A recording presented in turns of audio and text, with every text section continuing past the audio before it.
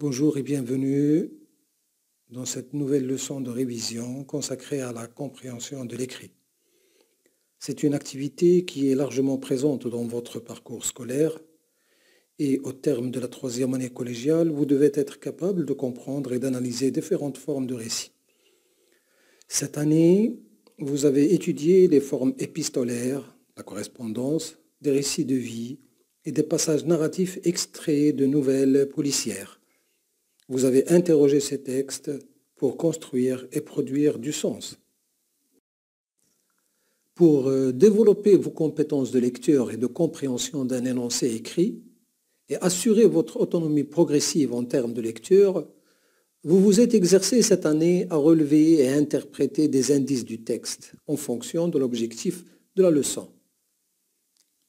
Vous avez appris donc à identifier l'auteur et le narrateur, à formuler des hypothèses, à préciser le cadre spatio-temporel de l'histoire, à identifier les personnages, à relever les émotions et les sentiments exprimés dans un texte, les événements, les passages descriptifs, narratifs et dialogués, les temps verbaux, les étapes du schéma narratif, à rendre compte de votre lecture, à faire des synthèses et à relever aussi les liens chronologiques et logiques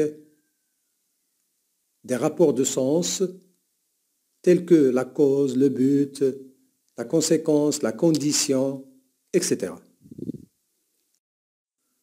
Pour consolider tous ces acquis et vous permettre d'évaluer votre capacité à lire et comprendre un énoncé écrit, l'objectif de notre leçon de révision est de vous amener à développer ces stratégies de lecture afin de pouvoir répondre à un questionnaire de compréhension et en même temps remédier à certaines difficultés de compréhension. Pour vérifier votre degré de compréhension d'un énoncé écrit, vous devez répondre à un questionnaire qui vise plusieurs aspects du texte. Et pour accomplir cette tâche, sachez que la difficulté ne porte pas seulement sur la compréhension du texte, mais il se trouve aussi dans la mauvaise compréhension de la consigne.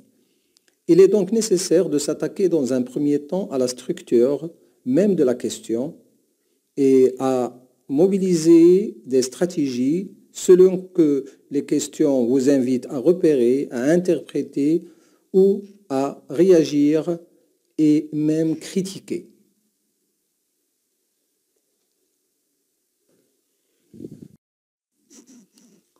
Tout simplement, pour répondre à des questions, vous devez savoir qu'il y a trois possibilités. Soit vous allez repérer et la réponse est écrite dans le texte, il suffit de la recopier pour la trouver, il faut parfois reformuler la question. Soit vous allez interpréter et la réponse n'est pas écrite, mais toutes les informations sont dans le texte, il faut les réunir pour produire la réponse. Soit vous allez interpréter et réagir. La réponse n'est pas écrite, il faut la rédiger, il faut raisonner à partir des informations du texte et des connaissances que vous avez pour déduire la réponse.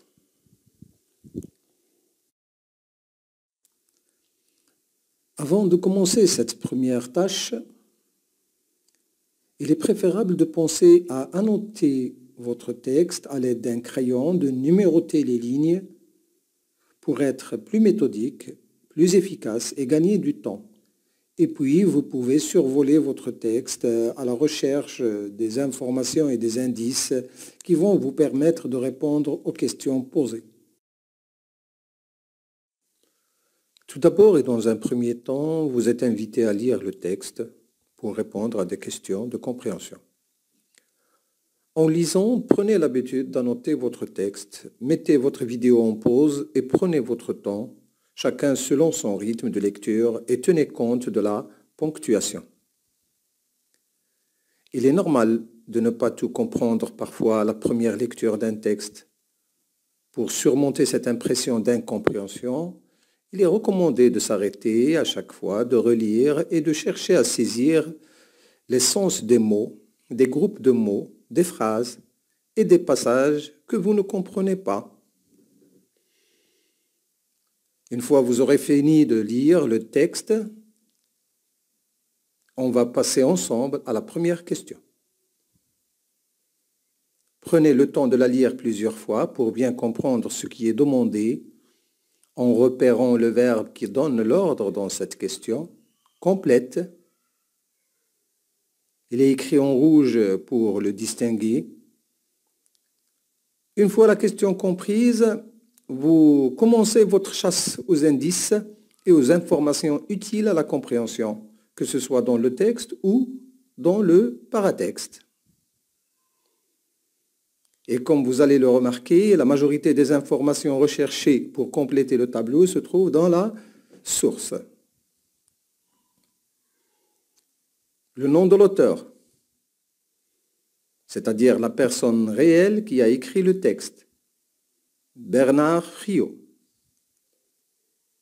Le titre de l'œuvre, d'où est extrait ce texte, et pressé, comme c'est indiqué aussi dans la première page de couverture de la nouvelle qui se trouve en haut de votre écran.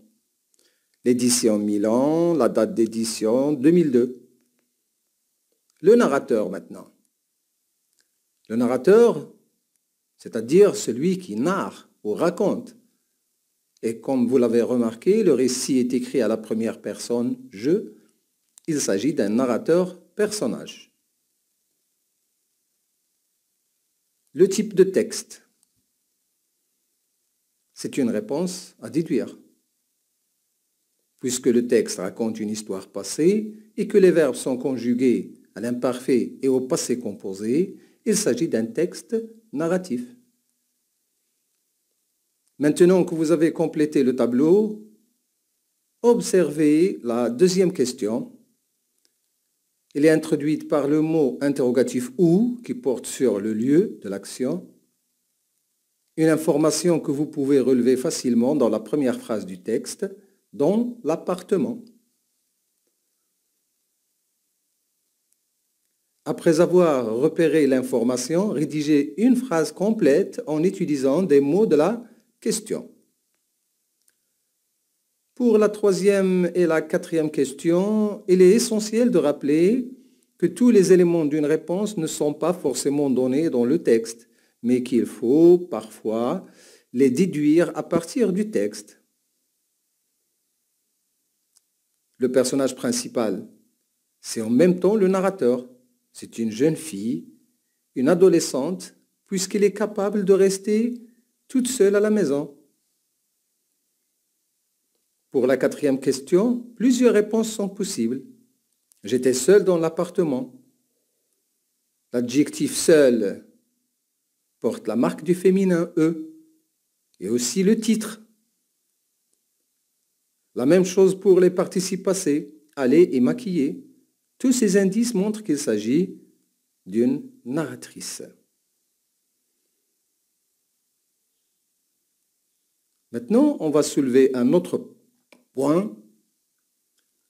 Comme nous l'avons annoncé dans l'objectif de notre leçon, dans chaque texte, nous allons traiter une difficulté, un problème qui peut perturber votre compréhension du texte et entraîner de fausses interprétations. Le premier problème est lié à la connaissance du vocabulaire et en particulier aux mots inconnus, difficiles à comprendre. Si ce mot ne se trouve pas déjà expliqué dans la marge ou en bas du texte. Et on va prendre l'exemple du mot écœurant placé entre crochets dans le texte. Vous allez chercher dans la liste suivante la démarche qui conviendrait le mieux à expliquer ou à se rapprocher du sens du mot écœurant. Nous cherchons donc à répondre à cette question. Quoi faire si je ne comprends pas un mot? Le mot que nous avons choisi est le mot écœurant. Je regarde autour du mot, je cherche un mot de la même famille, cœur, écœuré, contre-cœur, écœurement. Je cherche le mot de base, la racine, cœur. auquel on a ajouté un préfixe « et ». Je cherche le sens du mot dans la phrase qui suit ou qui précède. Je me sers du contexte, c'est-à-dire j'utilise le sens de l'ensemble du paragraphe et des circonstances dans lesquelles se déroule l'histoire et qui peuvent me donner des indices sur le sens du mot.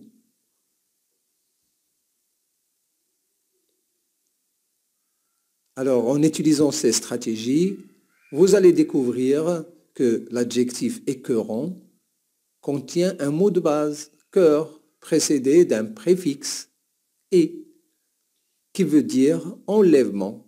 En fonction du contexte, vous pouvez vous rapprocher du sens. Ça veut dire qui écœure, qui soulève le cœur, dégoûtant, répugnant.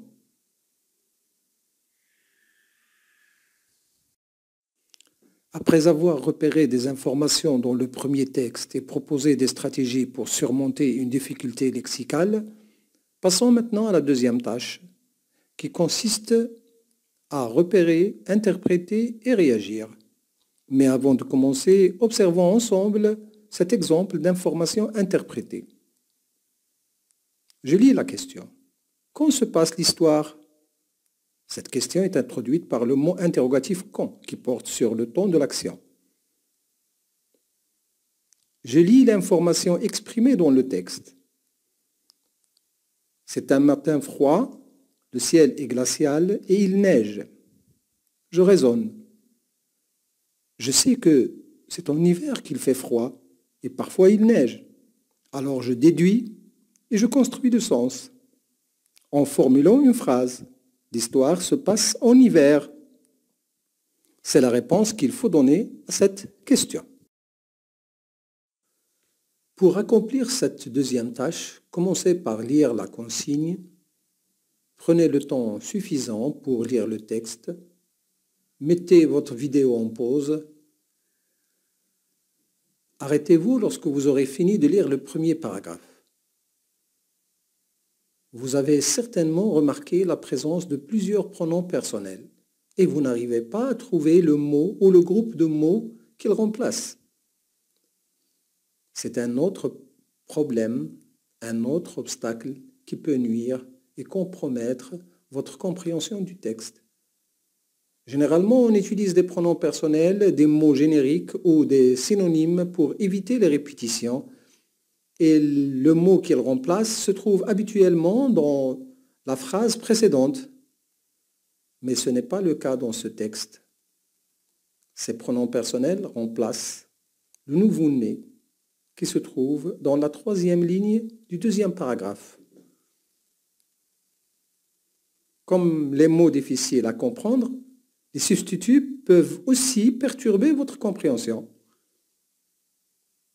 Alors, si vous avez fini de lire le texte, relancez votre vidéo pour lire, comprendre et répondre aux questions de compréhension.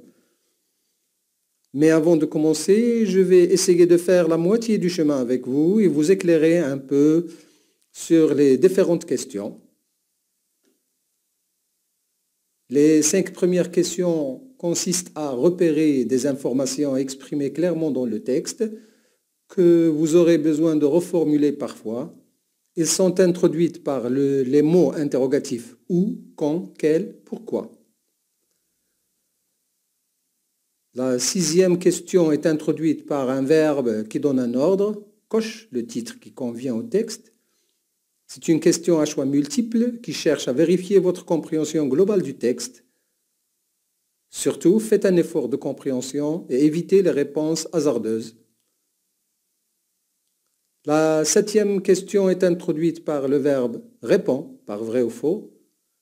Ce sont des affirmations qui peuvent être vraies ou fausses selon votre compréhension du texte.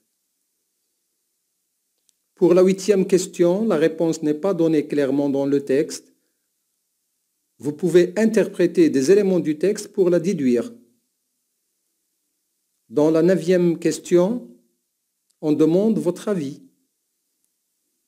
On vous demande de prendre position en fonction de vos connaissances, votre vécu et vos expériences. Vos réponses peuvent être introduites par des verbes d'opinion comme « je pense que »,« je trouve que »,« je crois que », ou des expressions comme « selon moi »,« à mon avis ». Prenez toutes ces remarques en considération pour assurer une meilleure compréhension du texte et de la consigne et répondez à ces questions, puis comparez vos réponses aux corrigés proposés.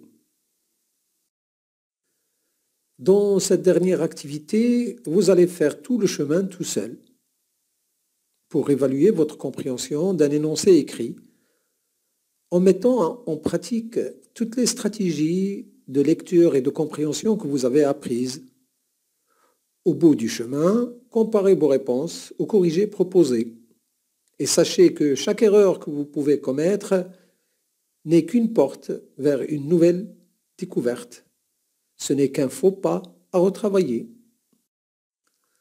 Pour développer votre autonomie face à des énoncés écrits, nous avons cherché dans cette révision à multiplier, à varier les questions de compréhension pour vous permettre de comprendre, de reformuler des consignes, de relever, d'interpréter et réagir à des informations exprimées dans le texte. Mais en réalité, l'amélioration de ces capacités dépend en grande partie de votre expérience personnelle de lecteur et de la place qu'occupe la lecture dans votre quotidien, car c'est un élément clé de votre réussite scolaire. Merci pour votre attention.